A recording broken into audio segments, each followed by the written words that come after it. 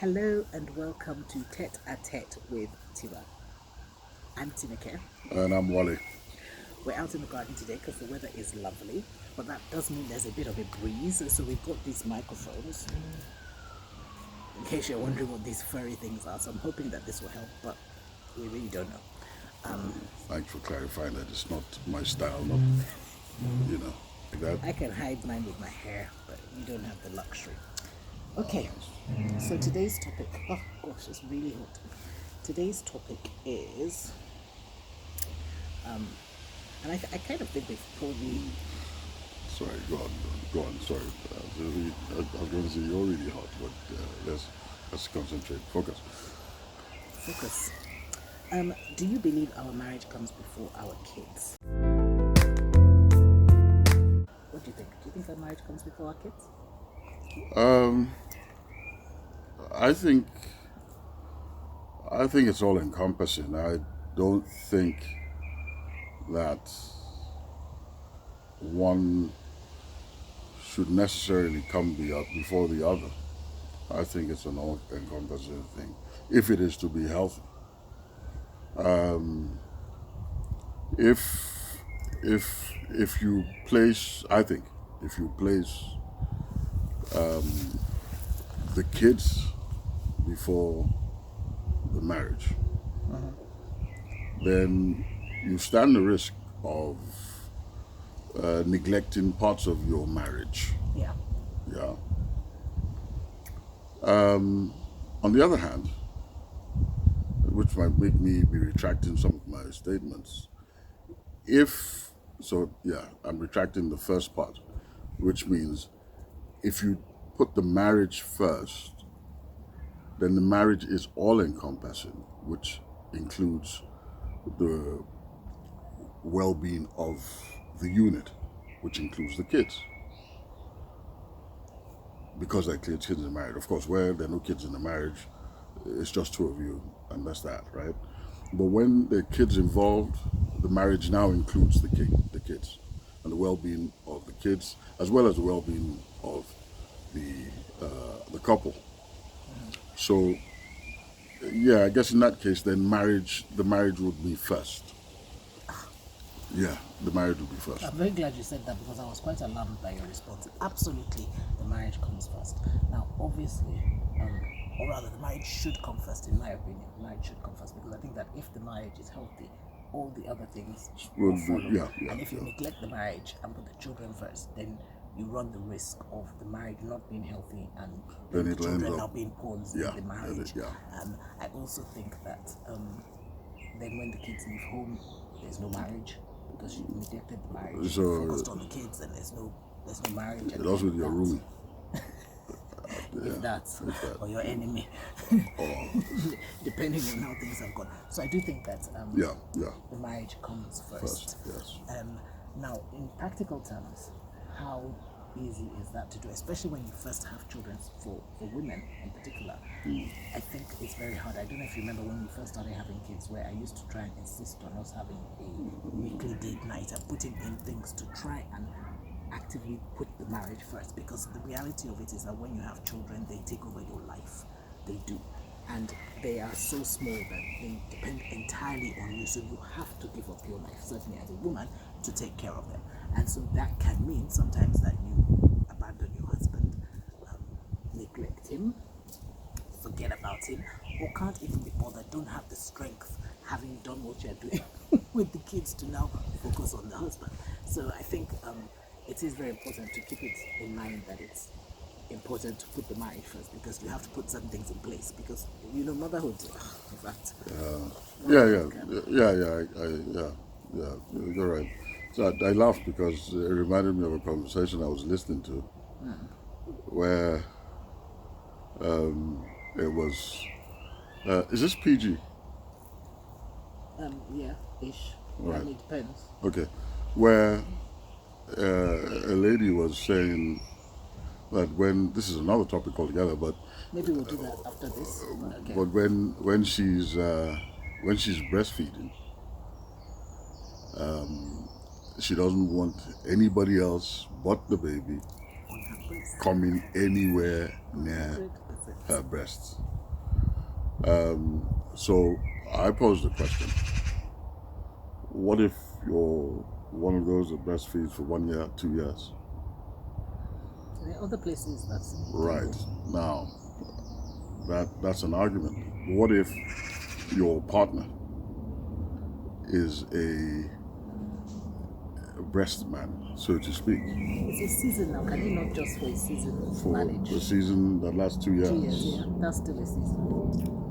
And I think it is quite rare for an entire. I see you disagree, but I think it's quite rare for an entire 2 years for the woman to feel that way for the entire. Even if she's breastfeeding for the entire 2 years, it's probably quite rare for her to feel that way for the entire 2 years because she will not be breastfeeding solely. I presume she would have weaned the child, so the child will have other food. So the breastfeeding will, even though it's 2 years, it would have cut down. So maybe there will be access for the man, perhaps. Yeah, no, I found it interesting. You didn't experience this. I didn't experience this, but because I'm lactose intolerant anyway. But that notwithstanding, I just thought it was so poor fellows. These are the fellows that rely on lactose. What is wrong with you? No, I'm just thinking 2 years. Well, it's not lactose they rely on. Yeah, no, I'm just saying, I'm messing about. Illuminate. But yeah, I wonder if. No, but we're not saying 2 years of. No, you're saying that some people, this will be the case, I'm sure. Okay, what about a year? That's 2 years, maybe. What about a year? No, one says, that's not the only. I understand that is not. Changed. Yeah, I understand that that's not the only thing. But you know what I mean. So one thing is that for those 2 years, then things change a bit. Just the same way things change. I mean, the woman's body changes anyway in that period of time. So it's just a season. It's a season. It's a season. It's a very long season. Yeah, it's a long season. Some seasons are long. Do you know how long Abraham waited to have a child? That wasn't a season. What was that? That was a lifetime. Yeah, some seasons are a lifetime.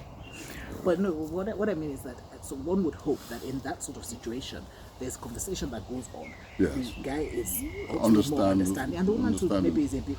Well, I mean, come on now. There's got to be. Let's not. I understand she's feeding and so on and so forth, and she's, but there's got to be. A certain amount of understanding from the lady's side also. Yes. Because you're not dealing with a wooden structure. Yeah, but what I'm saying is, but you are assuming that the breast is the only option. No. I'm not saying it's not. No, I'm not saying it's the only. No, I'm just saying. No. I'm saying in the case of some people, I might be wrong. I might be holding brief for people that don't exist. So are you saying? But I'm thinking,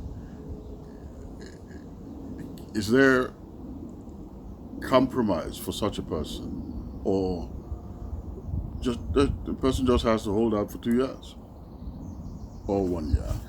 So I'm thinking that holding out, you make it seem like holding out like there's nothing happening. And I'm saying that holding out is only from one specific area. Yeah, and they should be able to hold out for I'm saying that from one specific area. If that person is focused on that particular then area, they need to refocus for that period. Sure. Okay, Nonsense. so they hold out. That's my point. No, they refocus. They hold out. They refocus, Wally, because holding out means that it's like nothing else is happening. No, I didn't say that. They hold out from focusing on that area. It's an interesting one. I mean, I know most of the ladies will be on that side, but perhaps even some of the men. I mean, I think I just thought, because when I heard the conversation, I was just like, I get it. I wonder how those fellows feel. No, it's a sacrifice now.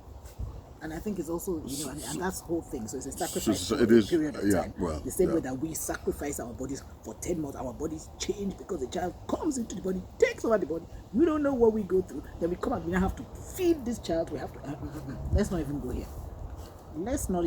Fellas, I think that for that period of time, from just one area, they can hold out. Now, if we're heading into 5 years, then maybe we're talking about something different. Because there are people that do excessive breastfeeding. I don't get that. But if we're just talking a year, come on now, guys, come on.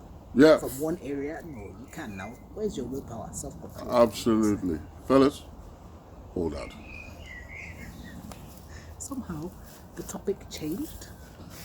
Yeah, sorry. So coming back to it, but it hasn't changed completely because I was talking about this within the confines of the marriage, keeping the marriage first. putting marriage first, and Also, you're using that to say that we're putting the child first in that situation. Yeah, so but that's why I said that. But yeah, at the end of the day, it is still part of the marriage.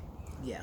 Where everybody's well-being and mental health and so on and so forth is considered. I wonder if the guys on this considered. But yeah, everybody's is considered. No, but I think to answer that question specifically in that situation is that at certain ages the children will come first. They just will. Yeah, absolutely. So that's not a thing. Yeah. There's certain once they get to it. I mean, I think it's important to try and remember that the marriage should always come first. But there's there's certain ages where the child when they're when they're in that period, then that's it. You can't do anything about that. In fact, you better not do anything about that and do what needs to be done. So marriage first. Bottom line, this is not even a matter of children second, just marriage first. And once you put your marriage first, everything else fits into place. There you go. That's it.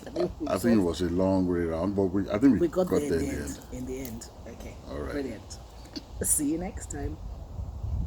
I'm just signing off. How do I sign off? I said see you next time. It's been so long since we've done it, you can't remember. You say ciao or whatever you say. You thought I was going to say, and I've been Tinuke and this has been Wale. I mean, how did you sign off? Yeah, arrivederci.